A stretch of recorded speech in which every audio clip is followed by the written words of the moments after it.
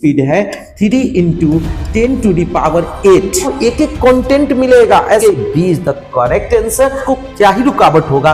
और वायु दोनों दे दिया है दोस्तों। नंबर के लिए बहुत इंपॉर्टेंट है दूर की वस्तु का।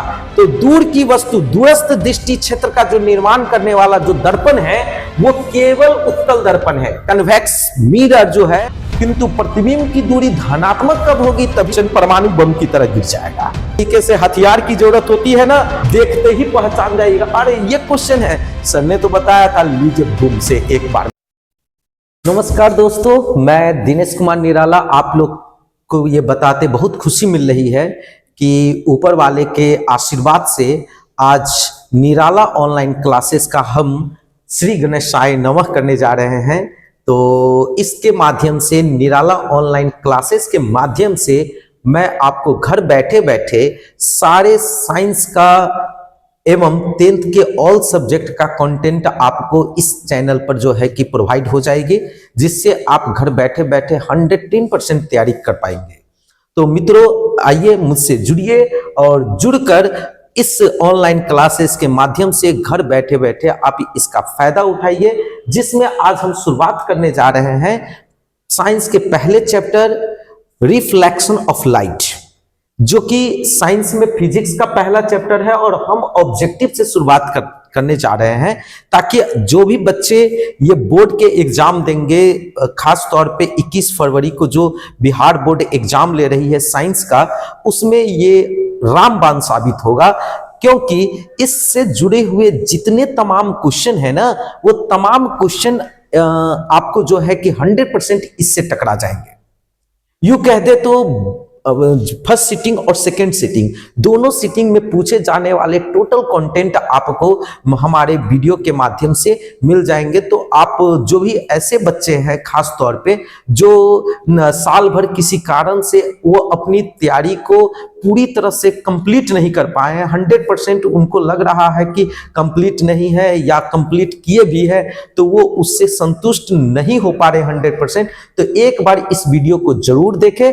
और इसके माध्यम से अब अगर आप एग्जाम में बैठते हैं तो मुझे यकीन नहीं पूरा विश्वास है कि आपका एग्जाम 100% बेस्ट जाएगा। तो आप हमसे जुड़िए और इस क्लास का फायदा उठाइए। पहला क्वेश्चन की हम शुरुआत करते हैं, जिसमें हम आपको बता दें कि क्वेश्चन में प्रकाश की चाल को लेकर बहुत ज्यादा ही क्वेश्चन पूछे जाते हैं, जिसमें आपसे पूछा जा रहा है इस क्वेश्चन के माध्यम से कि निम्नलिखित में किस माध्यम में प्रकाश की चाल सबसे अधिक होती है, सर्वाधिक होती है। तो बच्चों मैं आपको इसके माध्यम से बता दूं कि सर्वाधिक यहां पूछा जा रहा है प्रकाश की चाल, है ना। सर्वाधिक और न्यूनतम दोनों ही बात आप समझ लीजिए। सबसे अधिक प्रकाश की चाल होती है निर्वात में और वायु में। निर्वात और वायु में प्रकाश की जो चाल होती है उसकी स्पीड है 3 × 10⁸ मीटर प्रति सेकेंड। जी हाँ दोस्तों, कितनी है? 3 × 10⁸ मीटर पर सेकेंड। और वही किलोमीटर में यदि आपसे पूछ दे तो 3 × 10⁵ किलोमीटर पर सेकेंड। इस आधार पे अगर ऑप्शन के दृष्टिकोण से बात किया जाए क्वेश्चन के माध्यम से, तो निर्वात आपका सही आंसर होगा। यदि निर्वात न दे तो यहां वायु ऑप्शन के रूप में जरूर रहेंगे। अगर सबसे न्यूनतम प्रकाश की चाल यदि पूछते तो दुनिया का सबसे कठोर पदार्थ है हीरा। हीरा में प्रकाश की चाल सबसे न्यूनतम होती है मेरे दोस्तों। तो इस चीज को ध्यान में रख के आगे की ओर बढ़ते हैं। और बेहतरीन तैयारी के लिए आप एक बार इस चैनल को सब्सक्राइब तो जरूर ही कर दीजिएगा, ताकि आपको बीच बीच में नोटिफिकेशन मिलता रहे। इसके लिए बेल आइकन को दबाना न भूले। और ऐसे ही आगे की ओर बढ़ते हैं। क्वेश्चन है आपका कि प्रकाश की किरणें गमन करती है। प्रकाश की किरणें गमन करती है दोस्तों सीधी रेखा में, है ना। सीधी रेखा में प्रकाश की किरणें गमन करती है। अब आगे की ओर बढ़ते हैं तो बहुत ही आपको एक एक कंटेंट मिलेगा। ऐसा लगेगा कि हाँ, जितने भी कंटेंट अभी बताए जा रहे हैं ये टोटल बोर्ड मॉडल ही बताए जा रहे हैं आपको। तो ऐसे ही जो है कि जुड़े रहिए। और नेक्स्ट क्वेश्चन की ओर बढ़ते हैं।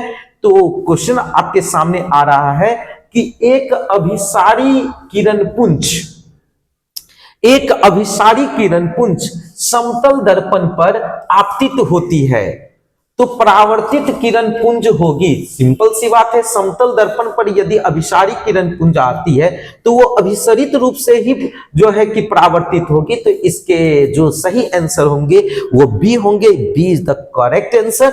और आगे की ओर बढ़ते हैं मित्रों। तो आगे की ओर आपका क्वेश्चन है, आगे की ओर क्वेश्चन है कि प्रकाश की चाल,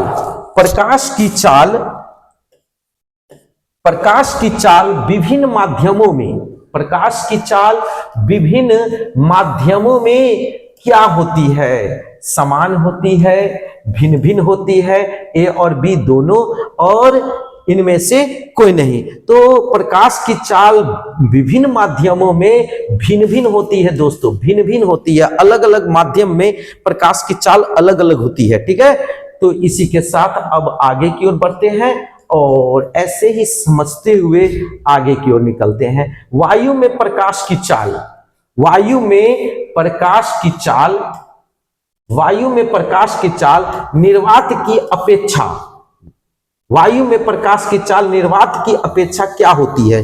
देखिए ये बड़े जटिल क्वेश्चन है, बहुत सिंपल क्वेश्चन है, सिंपल सी बात है। जहां कुछ होगा वही रुकावट डालेगा। यदि आप घर से बाहर निकलते हैं तो आप घर से बाहर निकलते हैं तो रुकावट होगी, और जो घर से बाहर निकलेगा ही नहीं उसको क्या ही रुकावट होगा। मतलब यदि वायु की बात करें तो वायु में धूल कण होते हैं, जब प्रकाश की किरण निकलती है तो वो धूल कण से उसको टकराने होते हैं, और धूल कण से टकराने के कारण उसकी स्पीड जो है कि थोड़ी बहुत उसमें जरूर परिवर्तन देखने को मिलता है।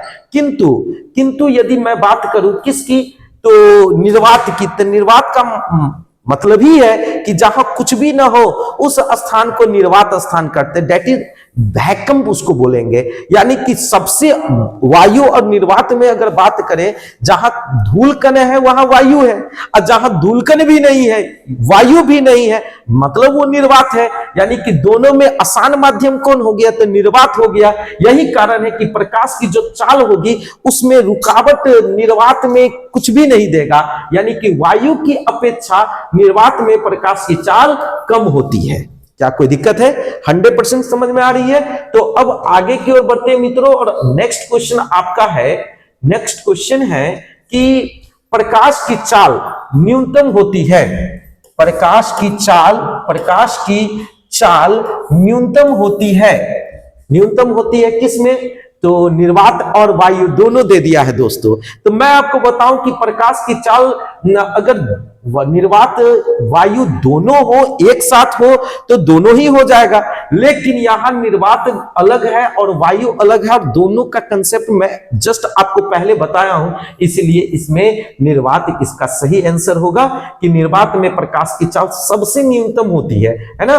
अब आइए दोस्तों, मैं नेक्स्ट क्वेश्चन की ओर चलता हूं, और अगला क्वेश्चन है आपका, आपके बीच प्रकाशित माध्यम, प्रकाशित माध्यम कितने प्रकार के होते हैं? यानी प्रकाशीय माध्यम के कितने प्रकार है? तो दो प्रकार है, एक समांगी माध्यम और दूसरा है बच्चों विसमांगी माध्यम। यानी कि ये डायरेक्ट पूछ रहा है कितने प्रकार के हैं, 1 2 3 4, तो इसके सही आंसर होंगे 2।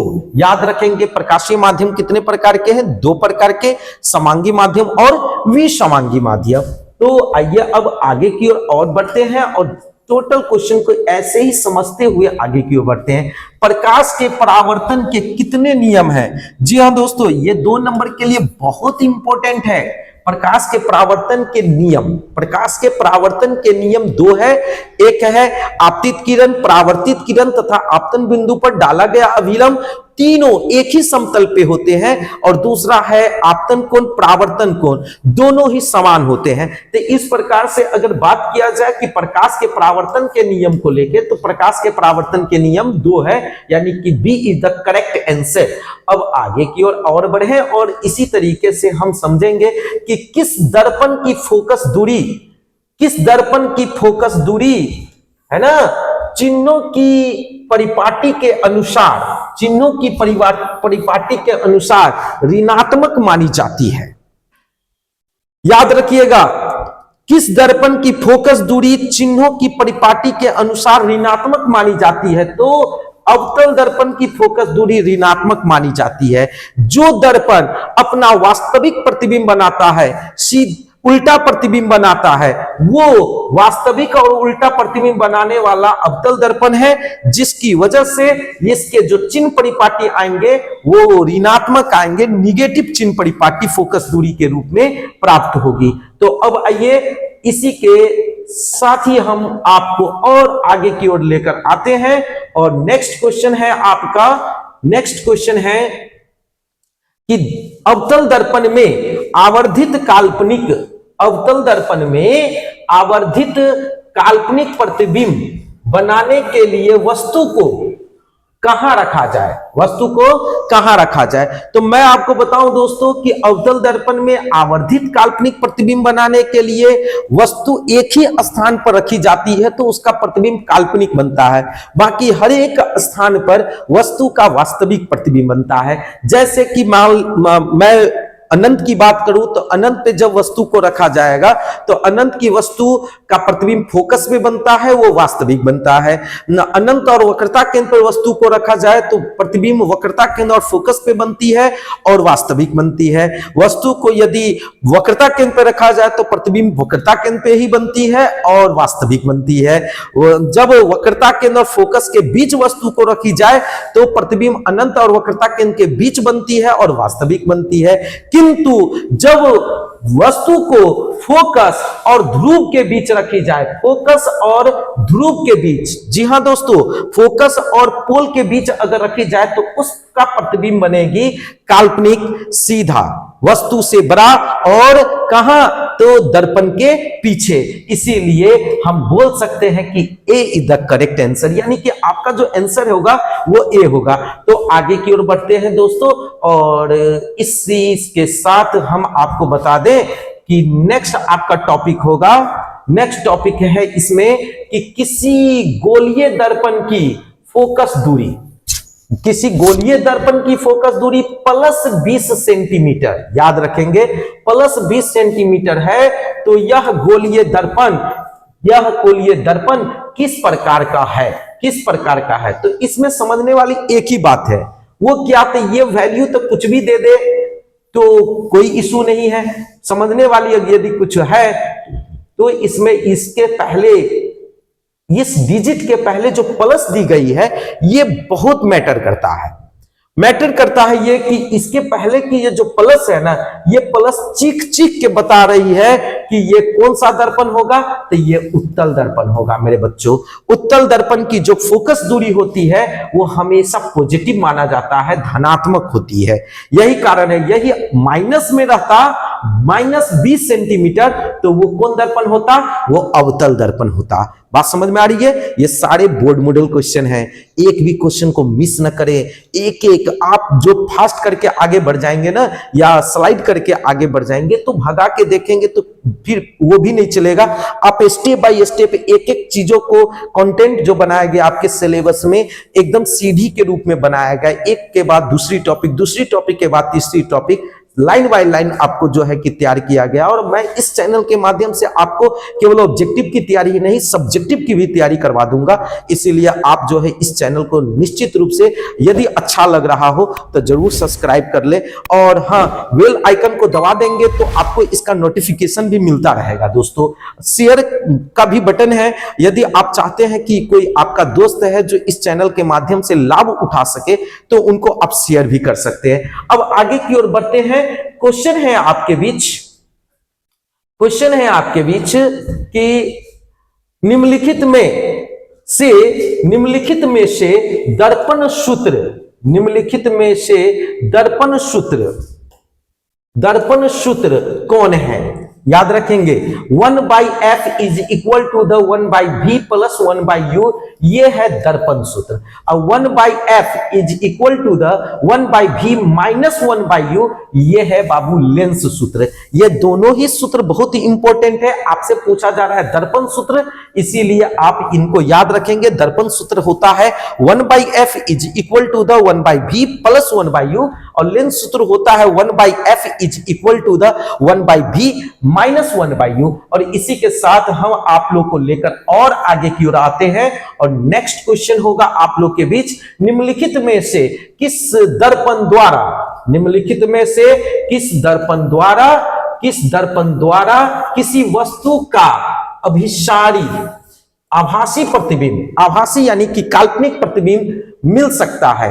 याद रखें, समतल दर्पण में वस्तु का काल्पनिक प्रतिबिंब बनता है, उत्तल दर्पण में भी वस्तु का काल्पनिक प्रतिबिंब बनता है, अवतल दर्पण में भी वस्तु का काल्पनिक प्रतिबिंब बनता है। यानी यू कह दे तो ए बी सी तीनों में काल्पनिक प्रतिबिंब बनते हैं और डी कह रहा है इनमें से सभी, यानी कि A B C, D is the correct answer. मित्रों अब और आगे की ओर बढ़ते हैं और किसी दर्पण में दूर की वस्तु का, किसी दर्पण में दूर की वस्तु का प्रतिबिंब सदैव सीधा होता है, दूर की वस्तु का प्रतिबिंब सदैव सीधा होता है, केवल अवतल दर्पण में, केवल अवतल दर्पण में, केवल उत्तल दर्पण में, केवल समतल दर्पण में, या तो समतल दर्पण में अथवा उत्तल दर्पण में। यू कह दे बाबू तो मैं आपको बताऊं कि कह रहा है क्वेश्चन में कि दूर की वस्तु का बोल रहा है, दूर की वस्तु का, तो दूर की वस्तु दूरस्थ दृष्टि क्षेत्र का जो निर्माण करने वाला जो दर्पण है वो केवल उत्तल दर्पण है। कन्वेक्स मिरर जो है दूर की वस्तु का दूरस्थ दृष्टि क्षेत्र का निर्माण करती है। यही कारण है कि उत्तल दर्पण का उपयोग वाहनों के साइड मिरर में यानी कि पथ दर्पण में इसका उपयोग किया जाता है, क्योंकि ये उत्तल दर्पण वस्तु का प्रतिबिंब वस्तु से छोटा बनाती है और दूरस्थ दृष्टि क्षेत्र का निर्माण करती है, जिससे वाहनों को साइड देने में और साइड लेने में सुविधा होती है। यही कारण है कि उत्तल दर्पण का उपयोग पथ दर्पण के रूप में यानी कि साइड मिरर के रूप में किया जाता है। तो आइए ऐसे समझते रहिए, आई होप कि आप लोग को समझ में आ रही होगी। और मैं आगे की ओर बढ़ता हूं। अवतल दर्पण की फोकस दूरी, अवतल दर्पण की फोकस दूरी होती है। अवतल दर्पण की फोकस दूरी बाबू मैंने आपको बताया है कि अवतल दर्पण को अभिसारी दर्पण कहते हैं और इसकी फोकस दूरी जो होती है बाईं तरफ होती है। फोकस दूरी मुख्य अक्ष बाईं तरफ होती है और बाईं तरफ होने के कारण ये ऋणात्मक होता है। बाईं तरफ होने के कारण अवतल दर्पण की फोकस दूरी ऋणात्मक होती है, जबकि उत्तल दर्पण की फोकस दूरी धनात्मक होती है। अवतल दर्पण की कनकेव मिरर की फोकस दूरी निगेटिव हो जाएगी, जबकि कन्वेक्स मिरर उत्तल दर्पण की फोकस दूरी क्या होगी, पॉजिटिव यानी धनात्मक हो जाएगी। अब आगे की ओर बढ़े दोस्तों, आगे की ओर है कि किस दर्पण से हमेशा वस्तु से छोटा प्रतिबिंब प्राप्त होता है। वस्तु से छोटा प्रतिबिंब हमेशा उत्तल दर्पण से प्राप्त होता है। वस्तु से छोटा प्रतिबिंब हमेशा किस दर्पण से प्राप्त होता है, उत्तल दर्पण से प्राप्त होता है। और अब समझिए बहुत इंपॉर्टेंट क्वेश्चन है कि दाढ़ी बनाने में कौन दर्पण उपयुक्त होते हैं, कौन से दर्पण उपयुक्त होते हैं। याद रखेंगे कि दाढ़ी बनाने के लिए अवतल दर्पण का उपयोग किया जाता है। क्यों? क्योंकि इसमें वस्तु का प्रतिबिंब वस्तु से बड़ा भी बनता है, छोटा भी बनता है और समान आकार का बनता है। और बड़ा बनाने का काम केवल और सिर्फ केवल अवतल दर्पण करता है। समतल दर्पण का काम केवल समान आकार का प्रतिबिंब बनाने में है। उत्तल दर्पण का काम केवल और सिर्फ केवल वस्तु का प्रतिबिंब वस्तु से छोटा बनाने के लिए है। परवलयिक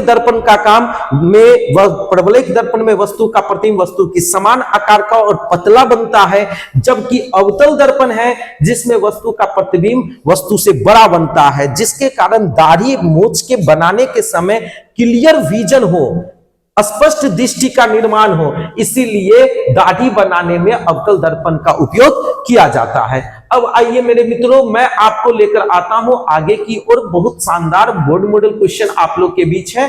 समतल दर्पण की फोकस दूरी होती है। बहुत क्वेश्चन ये जो है कि बार बार पूछे जाने वाले क्वेश्चन में से है, 2021 में भी पूछे गए हैं। समतल दर्पण की फोकस दूरी का कोई अंत नहीं, इसीलिए अनंत होता है ना। समतल दर्पण की फोकस दूरी क्या होता है, अनंत होता है मित्रों। अब आइए आगे की ओर समझते हैं और क्वेश्चन है आप लोग के बीच, क्वेश्चन है कि अवतल दर्पण में सामने वस्तु को कहां रखा जाए। अवतल दर्पण में अवतल दर्पण के सामने वस्तु को कहां रखा जाए कि वस्तु का प्रतिबिंब, ताकि वस्तु का प्रतिबिंब उल्टा, वास्तविक और समान आकार का बने। कौन दर्पण? अवतल दर्पण में वस्तु का प्रतिबिंब जो प्राप्त हो वो कैसा? उल्टा प्राप्त हो, उल्टा प्राप्त हो, ठीक है, वास्तविक प्राप्त हो, और याद रखिए समान आकार का प्राप्त हो। तो एक ही बिंदु है जहां वस्तु का प्रतिबिंब अवतल दर्पण में समान आकार का प्राप्त होता है, वो है वक्रता केंद्र, वो है वक्रता केंद्र, centre of curvature, centre of curvature. बहुत ही बेहतरीन किरण आरेख से आपके सामने ये क्वेश्चन है। बहुत ज्यादा ये किरण आरेख से क्वेश्चन बोर्ड में पूछे जाते हैं। तो चलिए मित्रों, मैं अब आप लोग को लेकर आगे बढ़ रहा हूं। किसी उत्तल दर्पण को फोकस दूरी f, किसी उत्तल दर्पण की फोकस दूरी f, उसकी वक्रता त्रिज्या r है, तो निम्नांकित में कौन संबंध सही है? यानी कि किसी उत्तल दर्पण की जो फोकस दूरी है वो f है, उसकी वक्रता त्रिज्या रेडियस ऑफ कर्वेचर r है, तो निम्नांकित में कौन संबंध सही है? तो याद रखिएगा, संबंध है r बराबर 2f। संबंध क्या है? r बराबर 2f या f is equal to the r/2। r बराबर 2f या f is equal to the r/2। ये संबंध आपको जो है कि देखने को मिलेंगे, उत्तल दर्पण हो या अवतल दर्पण हो, फोकस दूरी और वक्रता त्रिज्या के बीच जो संबंध है वो यही संबंध है, r बराबर 2f या f is equal to the r/2। अब आइए मित्रों, मैं आप लोग को लेकर और आगे की ओर बढ़ता हूं। क्वेश्चन है गाड़ी के हेडलाइट में, जी हां दोस्तों, गाड़ी के हेडलाइट में किस दर्पण का उपयोग किया जाता है? तो गाड़ी के हेडलाइट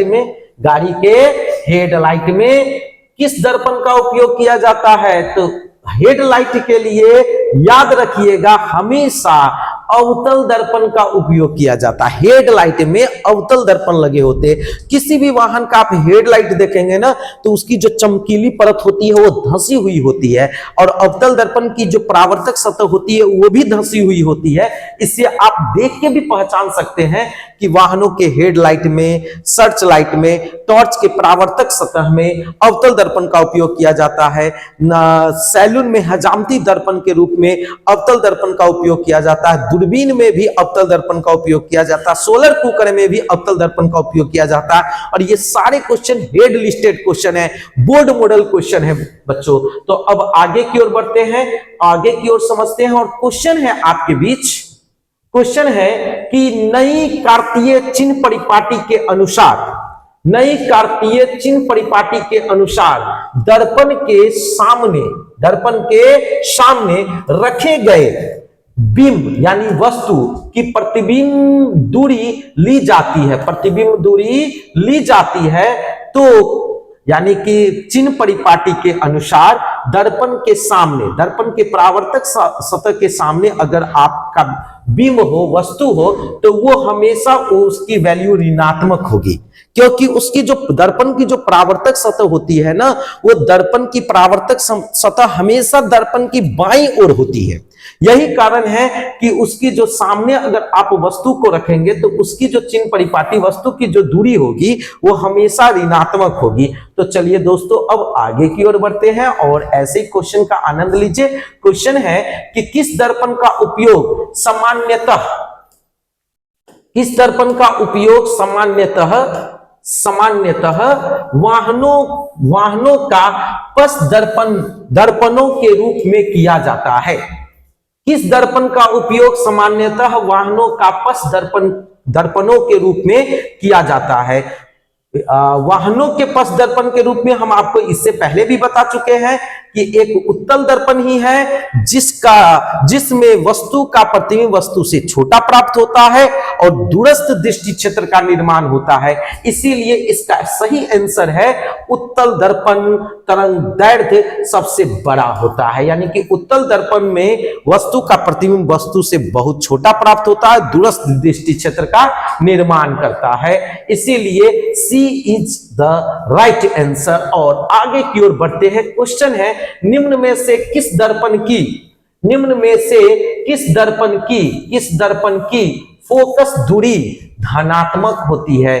मैं आपको इससे पहले भी इस पे आपको फोकस डाल चुका हूं कि किस दर्पण की फोकस दूरी धनात्मक होगी। तो इसमें कह रहा है जिस दर्पण की जो परावर्तक सतह में जो बनते हैं, परावर्तक सतह के रूप में अगर मैं बात करूं उत्तल दर्पण की, तो उत्तल दर्पण की जो फोकस दूरी बनती है उसके परावर्तक सतह की दिशा में नहीं बनते हैं, उसके पेंट की गई दिशा की तरफ बनते हैं, जो कि दाईं तरफ है। परावर्तक सतह हमेशा बाईं ओर होती है, जिसके कारण अवतल दर्पण की जो बात करेंगे तो मुख्य अक्ष, वक्रता, त्रिज्या, ये सब जो होते हैं वो आमतौर पर ऋणात्मक चिन्ह को दर्शाता है। इसीलिए फोकस दूरी और वक्रता त्रिज्या की जो दूरी है अवतल दर्पण की वो ऋणात्मक है, जबकि उत्तल दर्पण की फोकस दूरी और वक्रता त्रिज्या पेंट की गई सतह के तरफ होती है। यही कारण है कि उत्तल दर्पण की जो फोकस दूरी होगी वो धनात्मक मानी जाती है। यही कारण है कि B is the right answer. दोस्तों अब आगे की ओर बढ़ते हैं और क्वेश्चन आपके बीच है निम्नलिखित में से कौन उत्तल दर्पण की फोकस दूरी है जिसकी वक्रता त्रिज्या 32 सेंटीमीटर है?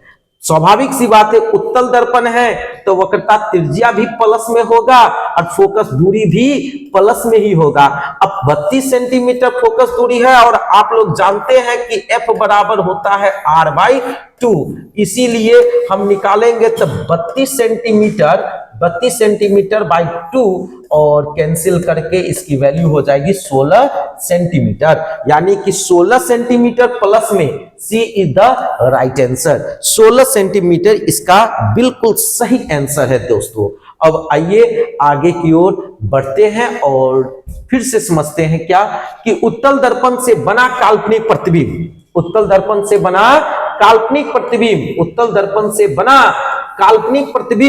होता है, उल्टा नहीं। काल्पनिक प्रतिबिंब है तो याद रखेंगे वो हमेशा सीधा होगा, यानी उल्टा दे दिया तो इसको काट दीजिए, ये ऑप्शन होगा ही नहीं, उल्टा वाला ऑप्शन होगा ही नहीं। और दूसरा है सीधा एवं हर्षित, है ना, तो आवर्धित भी नहीं होगा, है ना, हर्षित यानी कि सीधा होगा तो सीधा एवं हर्षित। सी इज द राइट आंसर। अब आगे की ओर बढ़ेंगे दोस्तों, आगे की ओर बढ़ते हैं तो क्वेश्चन बनता है कि उत्तल दर्पण में प्रतिबिंब बनता है, पहले ही बता चुके हैं काल्पनिक प्रतिबिंब बनता है, वास्तविक तो बनता नहीं है, तो ये तो पहले ही कर जाएगा, वास्तविक बनता नहीं है पहले ही कर जाएगा, यानी आभासी या काल्पनिक प्रतिबिंब तैयार होता है किस दर्पण में? उत्तल दर्पण में दोस्तों कैसा प्रतिबिंब बनता है? आभासी या काल्पनिक। सी इज द राइट आंसर। और आगे की ओर बढ़ते हैं।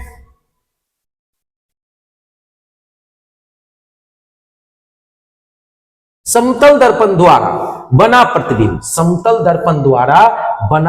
प्रतिबिंब होता है कैसा? तो समतल दर्पण काल्पनिक प्रतिबिंब बनाता है, सीधा प्रतिबिंब बनाता है, वस्तु के समान आकार का प्रतिबिंब बनाता है, और दर्पण से जितनी दूरी वस्तु की होती है दर्पण से उतनी ही दूरी प्रतिबिंब की होती है। यही इसी के साथ समतल दर्पण के साथ ही हम आगे की ओर बढ़ते हैं और नेक्स्ट क्वेश्चन है आपके बीच, यदि किसी वस्तु का प्रतिबिंब आवर्धन ऋणात्मक है ना, यानी कि प्रतिबिंब का आवर्धन क्या है? ऋणात्मक है, तो उस प्रतिबिंब की प्रकृति क्या होगी? याद रखेंगे, जब आवर्धन का मान कर दिया है ऋणात्मक, m बराबर v/u, जहां वस्तु की दूरी तो हमेशा ऋणात्मक होती है ना, तो v का मान v/u, यानी यहां v का मान क्या होगा? तो v का मान धनात्मक कब आएगा? तभी, यानी कि u का मान तो वस्तु की दूरी तो हमेशा ऋणात्मक होगी, किंतु प्रतिबिंब की दूरी धनात्मक कब होगी? तभी तो प्लस भी और माइनस यू तो होती है, क्योंकि वस्तु की दूरी माइनस में होती है, तो प्लस माइनस भी बटा यू। माइनस में जो ये वैल्यू आई, माइनस में ये जो वैल्यू आएगी कब? जब प्लस में यू का मान, प्रतिबिंब की दूरी प्लस में हो। तो ये प्रतिबिंब की दूरी प्लस में कब आएगी? तो प्रतिबिंब की दूरी का प्लस में आने का कारण हो गया कि प्रतिबिंब काल्पनिक बनेगी, सीधा बनेगी, काल्पनिक यानी आभासी बनेगी और सीधा बनेगी प्रतिबिंब, तो इसकी वैल्यू प्लस में होगी। तो अब देखिए ऑप्शन पर ध्यान देते हैं, वास्तविक और उल्टा ये तो होगा नहीं, काल्पनिक और सीधा, काल्पनिक और आभासी और सीधा। तो आभासी प्रतिबिंब को काल्पनिक कहते हैं, यानी काल्पनिक प्रतिबिंब ही हमेशा सीधा बनता है, यानी B is the right answer. और इसी के साथ मैं अब आप लोग को लेकर आता हूं, किधर की ओर? तो नेक्स्ट क्वेश्चन की ओर। और नेक्स्ट क्वेश्चन आपका है अवतल दर्पण के सामने, अवतल दर्पण के सामने वस्तु को कहां रखा जाए? वस्तु को कहां रखा जाए ताकि प्रतिबिंब उल्टा भी बने, ठीक, वास्तविक भी बने, ठीक है, और समान आकार का भी बने। इससे पहले भी एक क्वेश्चन पे बात हो चुकी है। वक्रता केंद्र ही एक ऐसी बिंदु है जहां पर वस्तु का प्रतिबिंब समान आकार का बनता है। उल्टा और वास्तविक के लिए तो बहुत सारे कंडीशन है जो कि मैंने आपको बता रखा है, लेकिन एक वक्रता केंद्र ही है मेरे बच्चों जहां पर वस्तु का प्रतिबिंब हमेशा वस्तु के समान आकार का प्राप्त होता है। तो चलिए अब ऐसे ही आगे की ओर बढ़ते हैं और नेक्स्ट क्वेश्चन है आपके बीच, ये क्या है क्वेश्चन? तो किसी समतल दर्पण द्वारा आवर्धन होता है, किसी समतल दर्पण द्वारा आवर्धन होता है। याद रखिए समतल दर्पण में वस्तु की दूरी प्रतिबिंब की दूरी ये भी बराबर होती है, वस्तु की ऊंचाई और प्रतिबिंब की ऊंचाई भी बराबर होती है। यदि बात करें m बराबर, आवर्धन को सूचित करते किससे? m से। आवर्धन को सूचित करते किससे? m से। तो m बराबर क्या हो जाएगा? m बराबर क्या होगा? तो m बराबर प्रतिबिंब की ऊंचाई ho अब बट्टे वस्तु की ऊंचाई hr। हाइट ऑफ इमेज बट्टे हाइट ऑफ ऑब्जेक्ट। m बराबर